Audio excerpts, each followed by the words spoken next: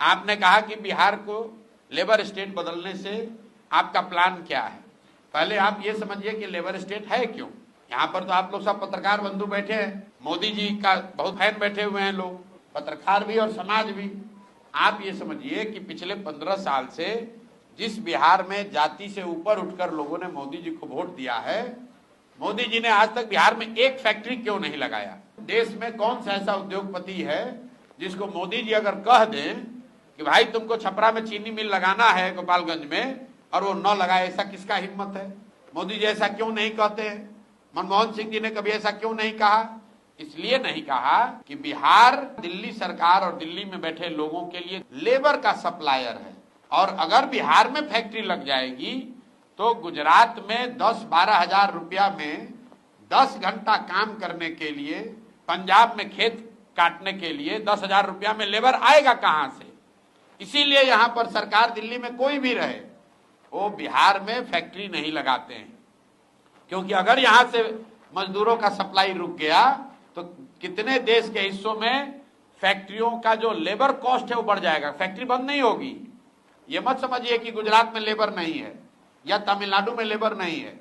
अरे भाई, तमिलनाडु में भी तो लेबर है, लेकिन तमिलनाडु की फैक्ट्रियों में, कोयम्बटूर में जो तमिल लेबर है वो 25 हजार रुपया लेता है, और बिहार का गरीब बच्चा जाता है वो 12 हजार 14 हजार में काम करता है। इसीलिए तो आप देख रहे हैं कि तिरुपुर में, कोयम्बटूर में, सूरत में लाखों बच्चे बिहार के काम कर रहे हैं। क्यों कर रहे हैं? क्योंकि इतने कम पैसे पर काम करने वाला दूसरा कोई नहीं है। और ये लेबर के लिए नहीं है। मान लीजिए कि गेहूं पंजाब में होता है तो सरकार क्या चाहेगी कि गेहूं का उत्पादन पंजाब में बंद हो जाए? नहीं चाहेगी, क्योंकि उससे देश में संकट हो जाएगा, गेहूं कम हो जाएगा। एक दौर था जब पूरे देश में गेहूं अगर चाहिए तो आपको पंजाब से गेहूं लेना है।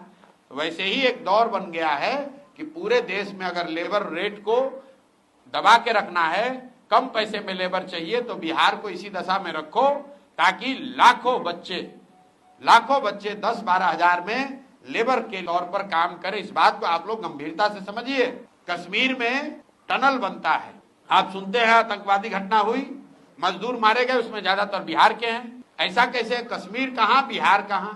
कश्मीर और बिहार के बीच में हिमाचल प्रदेश है, पंजाब है, उत्तराखंड है, उत्तर प्रदेश है। वहां के लोग क्यों नहीं जा रहे हैं लेबर बन के कश्मीर में? क्योंकि बिहार का गरीब आदमी गोली का डर रहते हुए भी कश्मीर में जाकर 15 हजार में काम कर रहा है। उत्तराखंड और यूपी का आदमी सोचता है भाई हम खाए ये रिस्क लें। ये समस्या है और यहाँ पर इसकी कोई चर्चा नहीं। आप किसी भी नेता को बुला लीजिए, आज तक आप दिखाइए बयान अगर किसी ने कहा हो। अभी मोदी जी आए तो मधुबनी में क्या बोला कि सहरसा से, पहले तो सहरसा का उच्चारण गलत कहा, लेकिन कहा उन्होंने कि सहरसा से मुंबई जाने के लिए नई आधुनिक, सुनिए, नई आधुनिक ट्रेन चलेगी जिससे श्रमिक परिवार के बच्चों को वहां जाने में सुविधा होगी। ये कितनी बड़ी अपमान की बात है कि मोदी जी ये कह रहे हैं कि फैक्ट्री गुजरात में लगेगा और बिहार के लोगों को ट्रेन की सुविधा दी जाएगी ताकि आपके हमारे बच्चे उन ट्रेन पर जानवरों की तरह बैठकर जाएंगे सूरत में, बॉम्बे में काम करने। और पत्रकार बंधु आप लोग लिख रहे हैं कि मोदी जी ने 4 ट्रेन की घोषणा की। पब्लिक की चेतना ऐसी मर गई है कि वो भी ताली बजा रहा है कि 4 ट्रेन और मोदी ने घोषणा की। अरे ये भी नहीं समझ में आ रहा है कि तुम्हारे बच्चों को मजदूर बनाकर गुजरात में ले जाने के लिए अगर ट्रेन दिया जा रहा है तो तुमको पूछना चाहिए कि वोट तुम्हारा है तो फैक्ट्री बिहार में लगना चाहिए कि गुजरात में लगना चाहिए। अंग्रेज भी तो आकर यहाँ से हम लोग के पूर्वजों को मॉरिशस और फिजी ले गए थे, ट्रेन से ले गए थे, जहाज से ले गए थे, तो क्या वो आपका भला करने के लिए ले गए थे? आप जितने लोग हैं आपको हम चुनौती दे रहे हैं, आप मोदी जी का एक भाषण हमको दिखाइए गुजरात में जहां उन्होंने ये कहा हो कि भाई एक नया ट्रेन गुजरात से खुलेगी जिसमें गुजरात के श्रमिक परिवार के लोग कोयम्बटूर और बॉम्बे जाकर मजदूरी करेंगे, काम करेंगे। मोदी जी ये कह सकते हैं? अगर कहेंगे तो गुजरात में एक वोट नहीं मिलेगा।